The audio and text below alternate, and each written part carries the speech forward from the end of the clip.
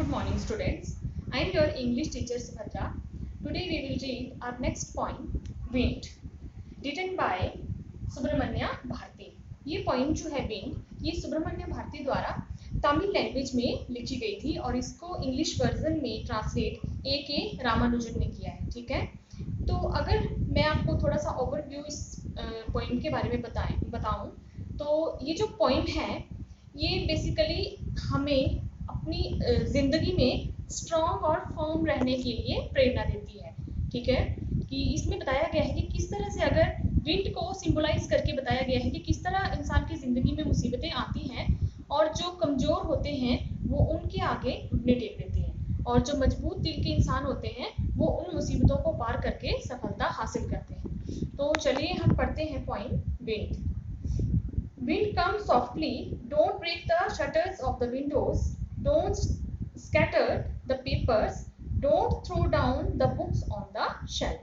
तो पॉइंट यहाँ पे कह रहा है कि विंड हवा तुम थोड़े सॉफ्टली थोड़े धीरे धीरे चलो, तुम जो खिड़कियां हैं उसके शटर्स को उसके कपाट को उसके दरवाजे को मत तोड़ देना और जो पेपर्स हैं स्कैटर होता है बिखेरना, स्कैटर मतलब बिखेरना, तो जो पेपर पड़े हुए हैं उनको मत बिखेरो और जो बुक्स पड़ी है शेल्फ पे उनको मत गिराओ. तो आपने देखा होगा कि जब स्ट्रॉन्ग विंड चलती है तो पेपर बिखर जाते हैं, दरवाजे जो है और खिड़कियां जो है वो जोर जोर से हिलने लगती हैं, कई बार शीशे टूट जाते हैं और जो शेल्फ पे बुक्स रखी हुई हैं कई बार वो भी गिर जाती हैं. तो पॉइंट यहाँ पे विंड को सॉफ्टली चलने के लिए कह रहा है.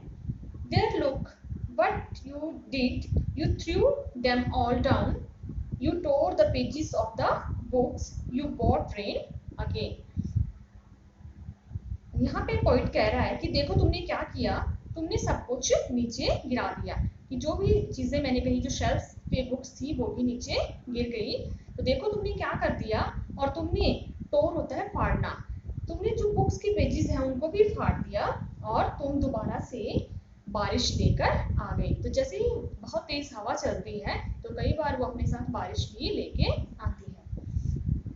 You are very clever at poking fun at weaklings, frail crumbling houses, crumbling doors, crumbling rafters, crumbling wood, crumbling bodies, crumbling lives, crumbling hearts. तो यहाँ पे देखो पॉइंट बड़ी डीप एक मैसेज दे रहा है कि तुम बहुत तेज हो, तुम बहुत चालाक हो.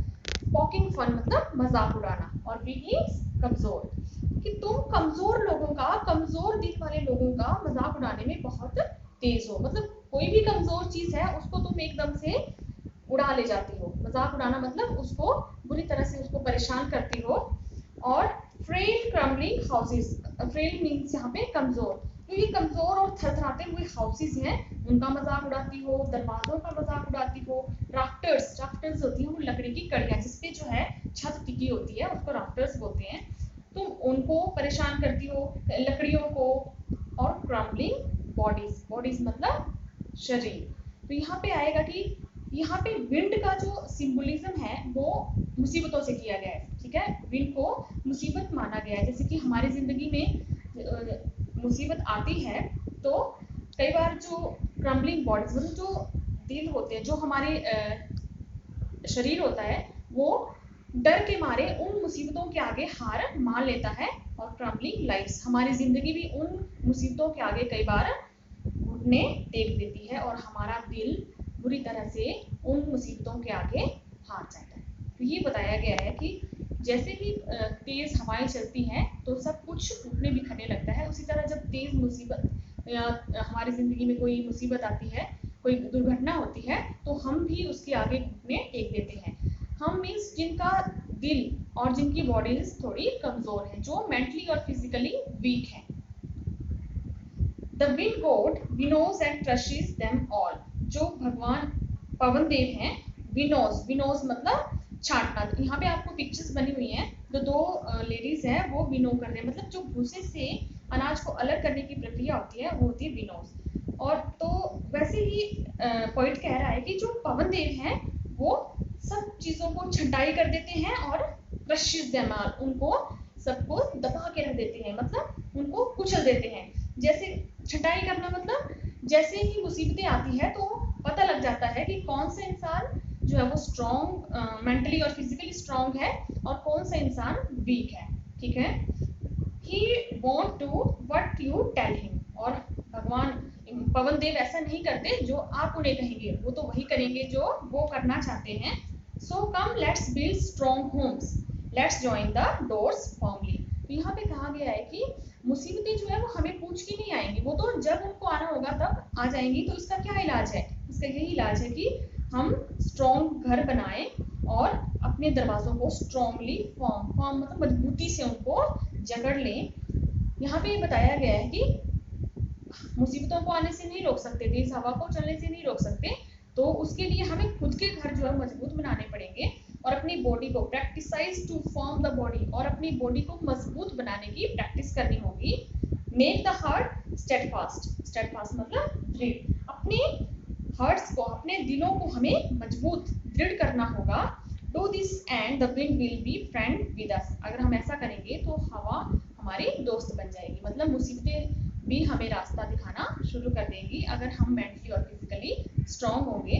The wind blows out weak fires, कि हवा जो है वो जो वीक फायर होती है, जो कम जली हुई आग होती है उसको बुझा देती है। एग्जाम्पल लेते हैं एक दिए का, जो दिया होता है अगर हम उसको तेज हवा में रख देते हैं तो वो बुझ जाता है, लेकिन he makes strong fires roar and flourish, जबकि जो स्ट्रॉन्ग फायर्स होती है जैसे कि जंगलों में आग लगती है तो वो कैसे बढ़ती रहती है आगे, वो बढ़ती है हवा के झोंकों से आगे आगे बढ़ती रहती है। मतलब पॉइंट यहाँ पे ये कहना चाह रहा है कि जो मुसीबतें हैं वो कमजोर दिल वाले लोगों को पूरी तरह से क्रश कर देती हैं, जबकि जो मेंटली स्ट्रांग होते हैं, फिजिकली स्ट्रांग होते हैं, वो और ज्यादा स्ट्रांग बन जाते हैं मुसीबतों का सामना करके। His friendship is good, we praise him every day. तो बोलता है कि विंड की फ्रेंडशिप जो है वो अच्छी है, हम उसका रोज शुक्रिया अदा करते हैं। तो यहाँ पे ये मतलब है इन लाइनों का कि अगर विंड नहीं होगी तो हमें सांस लेने के लिए भी हवा नहीं मिलेगी, इसलिए हम उसकी प्रशंसा रोज करते हैं, लेकिन जब वो तेजी से बहती है तो मुसीबत खड़ी कर देती है। तो बच्चों ये थी हमारी पॉइंट विंड। आपने इसके क्वेश्चन आंसर अपनी नोटबुक में नोट कर लेने हैं। Thank you.